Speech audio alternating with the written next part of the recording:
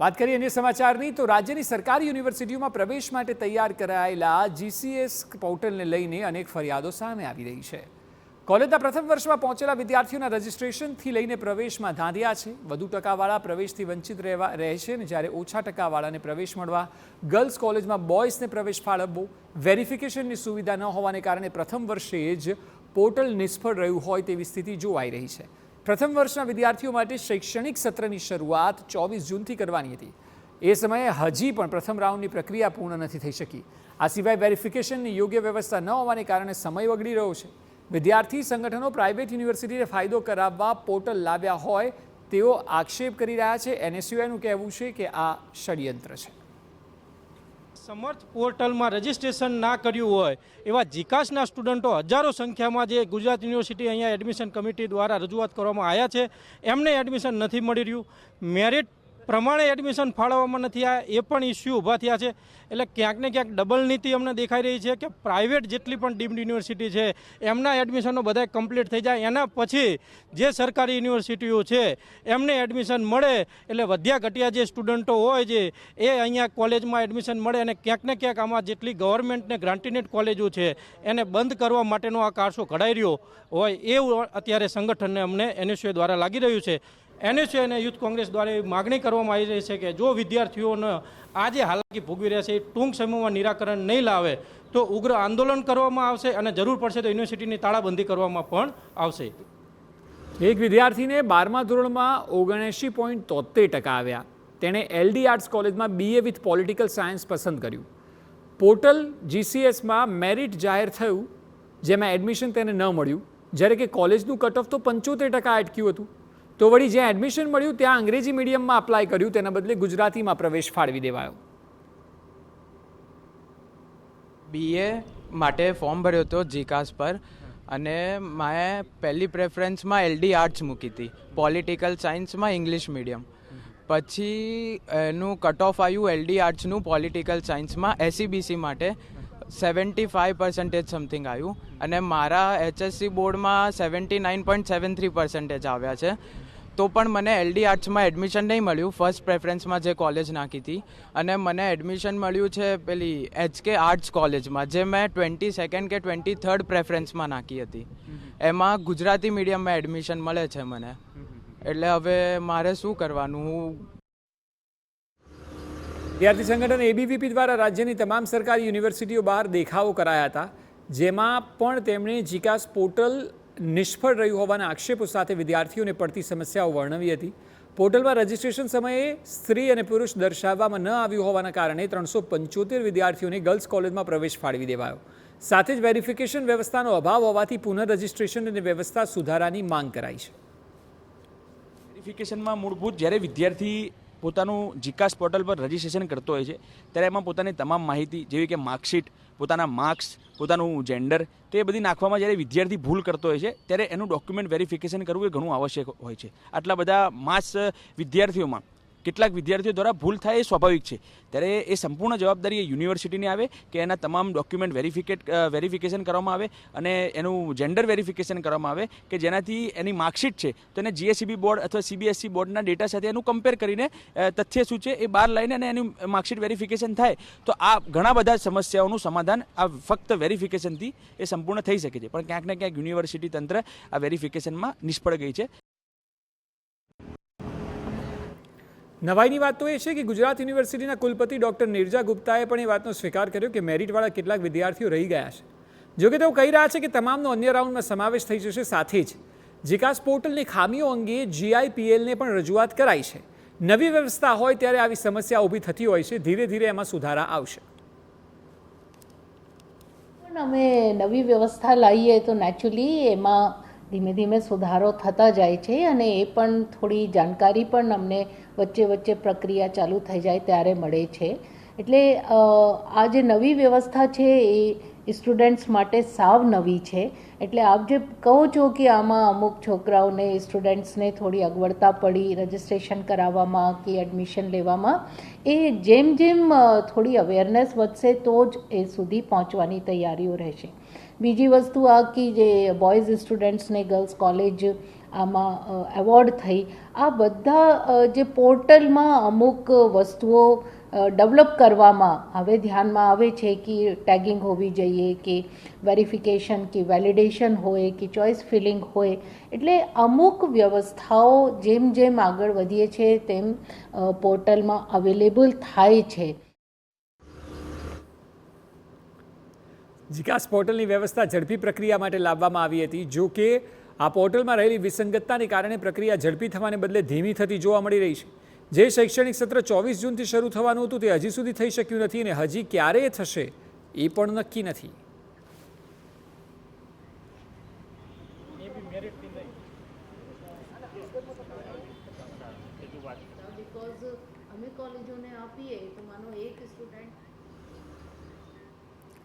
તો આ મુદ્દો અત્યારે વિદ્યાર્થીઓનો સૌથી સળગતો મુદ્દો છે અને એટલા માટે આ મુદ્દે ચર્ચા કરવા માટે આપણી સાથે ભારતીય જનતા પાર્ટી તરફથી પરિમલભાઈ ત્રિવેદી જોડાયા છે. તો એ સિવાય કોંગ્રેસ તરફથી આપણી સાથે પ્રદેશ પ્રવક્તા મનીષભાઈ દોશી જોડાયા છે. આ બંનેનું સ્વાગત છે. સૌથી પહેલો સવાલ પરિમલભાઈ આપને, આજે પ્રશ્ન થઈ રહ્યો છે, વિદ્યાર્થીઓ મેદાને છે, મારો સવાલ એ છે કે સરકાર પાસે આ સમસ્યાનું પ્રોપર હોમવર્ક કેમ નહોતું? પ્રથમ વર્ષે માની શકાય સમસ્યાઓ હોય, પણ હોમવર્ક તો હોવું જોઈએ. હવે 24 જૂનની જગ્યાએ હજુ સત્ર શરૂ નથી કરી શક્યા.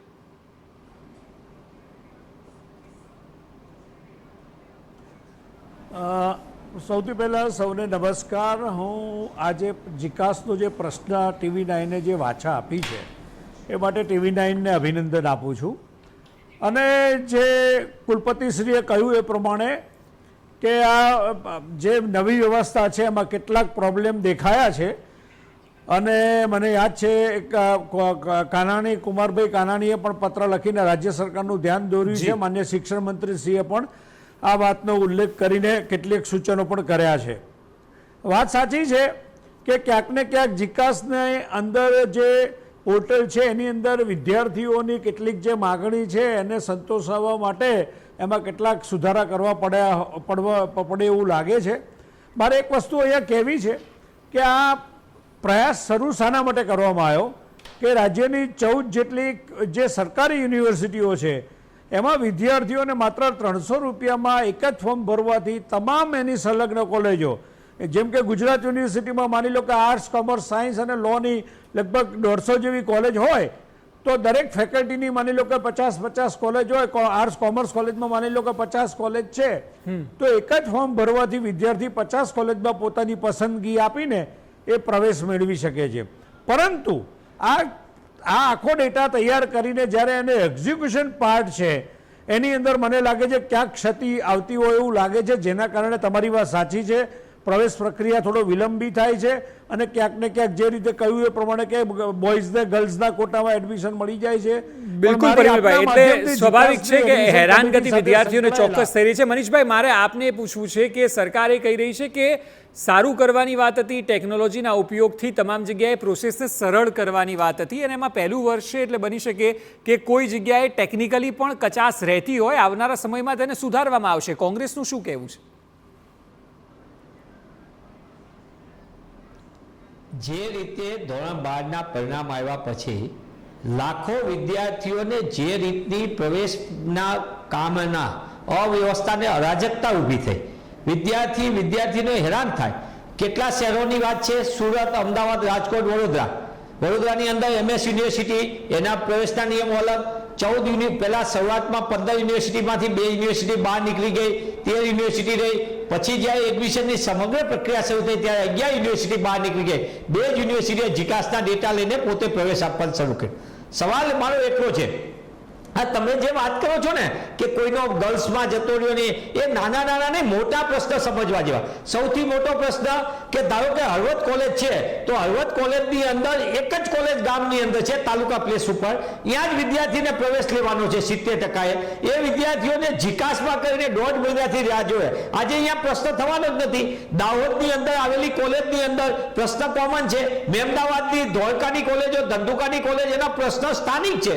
સ્થાનિક કોલેજો સિંગલ 50 રૂપિયાના ફોર્મથી મળતો પ્રવેશ BA, BCom, BSc માં.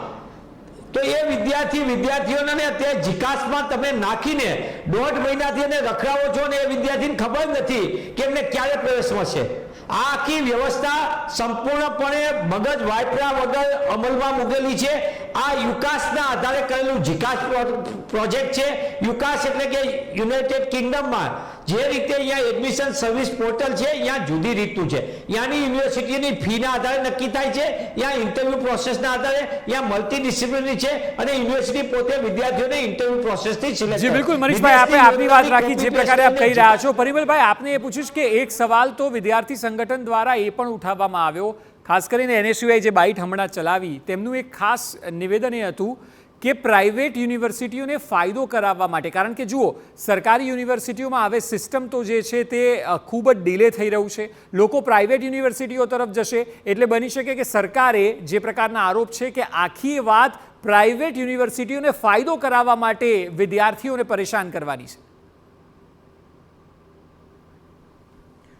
ના, મને એ વાતમાં હું સંમત એટલા માટે નથી કે પ્રાઇવેટ યુનિવર્સિટીઓ જે છે એમનું એક મોડલ અલગ છે અને એમાં વિદ્યાર્થીઓને પ્રવેશ માટે કોઈ દબાણ નથી. તમે જોયું હશે કે વિદ્યાર્થીઓ પ્રવેશ મેળવવા માટે આજની તારીખમાં જે ફીના ધોરણ છે એ ગ્રાન્ટીન એડ અને સરકારી કોલેજોના એ ખાનગી કોલેજો અને યુનિવર્સિટી કરતાં ઘણા નીચા છે. એટલે એવા વિદ્યાર્થીઓ છે કે જેમને આજે પણ જે સરકારી યુનિવર્સિટીઓમાં અને સરકારી કોલેજોમાં મેરિટ ઊંચું થવાના હું ઘણા દાખલા તમને આપી શકું એમ છું. એટલે મને લાગે છે આ થોડી ગેરસમજ ફેલાવવાની વાત છે. હા, એ વાત સાચી છે કે ક્ષતિ છે જીકાસમાં, એના લીધે મોડું થાય છે. જે તો પરિમલભાઈ, તાત્કાલિક આપના અનુભવ પ્રમાણે પણ, કારણ કે આપનો આટલો બહોળો અનુભવ છે, હવે સરકારે તાત્કાલિક શું કરવું જોઈએ હાલ, કારણ કે સમયની માંગ તો અત્યારની છે, હાલ શું કરવું જોઈએ? બહુ સરસ પ્રશ્ન કર્યો અને હું એના માટે તમને અભિનંદન આપું છું. હા, એ વાત ચોક્કસ છે કે જે નાના સેન્ટર છે કે જ્યાં આગળ માત્ર લોકલ જ વિદ્યાર્થીઓ, તો આજુબાજુના વિદ્યાર્થીઓ ત્યાં પ્રવેશ મેળવવાના છે, મને લાગે છે એવી કોલેજોને પોતાની રીતે એડમિશન કરવા માટેની છૂટ આપી દેવી જોઈએ જેથી એમનું શૈક્ષણિક કાર્ય શરૂ થાય. મેટ્રોસ છે, અમદાવાદ, વડોદરા, સુરત જેવા સિટી કે જેની અંદર બહારગામથી આવનારા વિદ્યાર્થીઓ અને લોકલ વિદ્યાર્થીઓ માટે ઘણી બધી ચોઇસ છે અને ઘણા બધા ઓપ્શન્સ છે. એવા વિદ્યાર્થીઓને જો પ્રાયોરિટીમાં આનો સોફ્ટવેરનો ઉપયોગ કરવામાં આવે, અને જે મેં મારા કાર્યકાળ દરમિયાન કરેલું, મેં MBA, MCA, BA, BCA, BBA આ બધામાં મેં સેન્ટ્રલાઇઝ એડમિશન કરેલા અને આપે જોયું હશે એ ખૂબ સફળ રહેલા. તો મને લાગે છે એ જો રસ્તો અપનાવવામાં અમે સરકારને આ બાબતમાં વિનંતી પણ કરવાના છીએ, પણ મને લાગે છે કે આ થોડુંક આ પરિસ્થિતિને દુરસ્ત કરવાની જરૂર છે. બિલકુલ મનીષભાઈ, આપને એ સવાલ પૂછીશ કે જે પ્રકારે વિદ્યાર્થીઓ હેરાન છે, NSUI આપની વિદ્યાર્થી પાંખ તો મેદાને છે અને આક્રમકતાથી વિરોધ કરી રહી છે, આપ જણાવો કોંગ્રેસ પાર્ટી એક સંગઠન પાર્ટી તરીકે પણ કઈ રીતે સરકાર જોડે આ વાતને લઈ જશે, કારણ કે આ પ્રશ્ન ખૂબ ગંભીર છે, જેટલો દેખાય છે તેનાથી વધારે ગંભીર છે. કેમ્પસની અંદર લડાઈ લડવાની વિદ્યાર્થી લડાઈ માટે national student union of India NSUI મક્કમતાથી લડે છે અને કોંગ્રેસ પક્ષ સંપૂર્ણપણે એમની સાથે છે. રહી વાત જ્યાં લગી સંપૂર્ણપણે ખાનગી યુનિવર્સિટીઓના પ્રવેશો બંધ થઈ ગયા, એના પાટિયા પડી ગયા, એમને 70% 60% હોય કટ ઓફ કરી અને એડમિશનો આપી દીધા. જે એડમિશનમાં BBA, BCA, BCom ગુજરાત યુનિવર્સિટીમાં પ્રવેશ લેનાર વિદ્યાર્થીને 15,000 રૂપિયાના ફીમાં ભરવાનું હતું, 12,000 ભરવાનું, એને 66,000 રૂપિયા ફી ભરીને પ્રાઇવેટ યુનિવર્સિટીઓએ એડમિશન આપી દીધા. એમને મજબૂર બન્યા કારણ કે એની આગળ ઓપ્શન નહોતો, દોડાદોડી હતી અને વિદ્યાર્થીઓને મળવાપાત્ર એડમિશન છતાં 75% વાળા વિદ્યાર્થીઓએ પ્રાઇવેટ યુનિવર્સિટીમાં ઊંચી ફી ભરીને ભોગ બન્યા છે. લાખ રૂપિયા એડમિશનોની ફી લેવાની છે અને એની માટેનું સરકારનું કોઈ તંત્ર નથી. કોઈ ગમે કે પણ હું TV9 ના માધ્યમથી ભારતીય જનતા પાર્ટીનો શિક્ષણ વિભાગ જે ભ્રષ્ટાચારનું એપિસેન્ટર છે, આટલા વર્ષોથી સત્તામાં હોવા છતાં તમે પ્રવેશ પ્રક્રિયા સરળ નથી બનાવી શકતા. દિવસે દિવસે પ્રક્રિયા સરળ બનાવવા માટે વધુ કોમ્પ્લેક્સ બનાવો છો, વધુ વિદ્યાર્થીઓ હેરાન થાય તેવા પ્રયોગો કરો છો અને એના કારણે ખાનગી કોલેજો, ખાનગી યુનિવર્સિટીઓ તગડો નફો કરી તગડી ફી વસૂલ કરે છે. આર્ટ્સનો વિદ્યાર્થી 75% હોય, તમારી આ બાઇક ચાલી, એને 80% હોય, એને એડમિશન LDRસમાં ન મળે, જે 1,500 રૂપિયાની ફીમાં ભરવાનું છે એની બદલે પ્રાઇવેટ યુનિવર્સિટીમાં જાય 50,000 75,000ની ફીમાં એ વિદ્યાર્થીને ભરવાની ફરજ પડે છે. આના માટે જવાબદાર કોણ? એક વિદ્યાર્થીને એનો પ્રશ્ન છે. BCom ની અંદર વિદ્યાર્થી 75% વાળા રખે છે, 80% વાળા દીકરા દીકરીઓ રખડે છે અને સરકાર વાતો કરે છે અમે જીકાસમાં સુધારણા કરશું. સુધારણા છે નહીં કરવાની, તમે અમલવારી જ ખોટી કરી છે. તમે હેલ્થ સેન્ટર નથી ખોલ્યા, તમે ફીના ધોરણો નથી લખ્યા, તમે કેટલી બેઠકો તે લખ્યું નથી. તમારું તો આ તમામ પ્રશ્નો બાદ સવાલ એ છે કે આ સમસ્યાને ટાળવા માટે શું સરકાર કોઈ ટ્રાયલ બેઝ પર પ્રયોગ કરી શકી હોત, જે સીધું આખા રાજ્યમાં અપ્લાય કર્યું એની જગ્યાએ બની શકે કે મેટ્રો પૂરતું કે કોઈ એક શહેર પૂરતું એક ટ્રાયલ બેઝ પર પહેલા વર્ષે કરી શકી હોત? આ તમામ સવાલનો જવાબ આગળ પણ મેળવવાનો પ્રયત્ન કરીશું. એ પહેલા હાલ સમય થયો છે એક બ્રેકનો. બ્રેક બાદ આપનું સ્વાગત છે. જે રીતે બ્રેક પહેલા ચર્ચા થઈ રહી હતી, જીકાસનો મુદ્દો રાજ્યવ્યાપી છે અને લાખો વિદ્યાર્થીઓના એડમિશન જોખમાયા છે. પરિમલભાઈ, મારો બ્રેક પહેલાનો જે સવાલ હતો એ હતો કે એવું ન થઈ શક્યું હોત કે સરકાર ટ્રાયલ બેઝ પર કોઈ એક શહેર પૂરતું કે મેટ્રો પૂરતું આને અપ્લાય કર્યું હોત તો આખા રાજ્યમાં આટલી વ્યાપક અસર ન થાત? એક સાથે જ્યારે હવે સરકાર સ્વીકારે છે કે ટેકનિકલી ઘણા સુધારા છે જે કરવાના છે, પરંતુ આ સ્થિતિ જ ન સર્જાઈ હોત જો ટ્રાયલ બેઝ પર તેને શરૂ કરાયું હોત.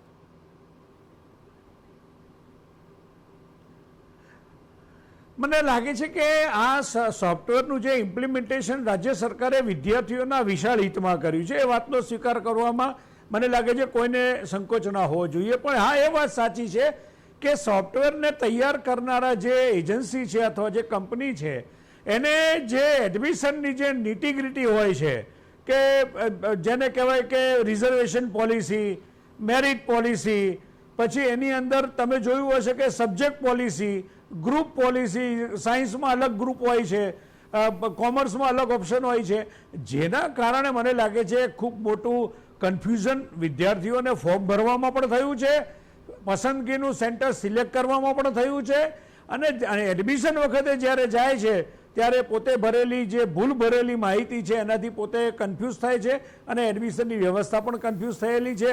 એ વાત તમારી ચોક્કસ સાચી છે. હું પણ એવું વ્યક્તિગત મારું માનવું છે કે આ મેટ્રો પૂરતી વ્યવસ્થા રાખી હોય, ખાસ કરીને અમદાવાદ, વડોદરા, સુરત અને એવા જેવા મોટા શહેરો પૂરતી, તો એમાં એટલો ફાયદો થાત કે મેટ્રોઝની જે એડમિશન વ્યવસ્થાની જે ચિંતા છે ખૂબ મોટી છે. નાના સેન્ટરોમાં તો સંખ્યા કોઈક નાનો સેન્ટરમાં એક જ કોલેજ હોય તો ત્યાં તો આજુબાજુના વિદ્યાર્થીઓ એ જ કોલેજમાં ભણવાના છે, એટલે ત્યાં પસંદગી એક જ છે.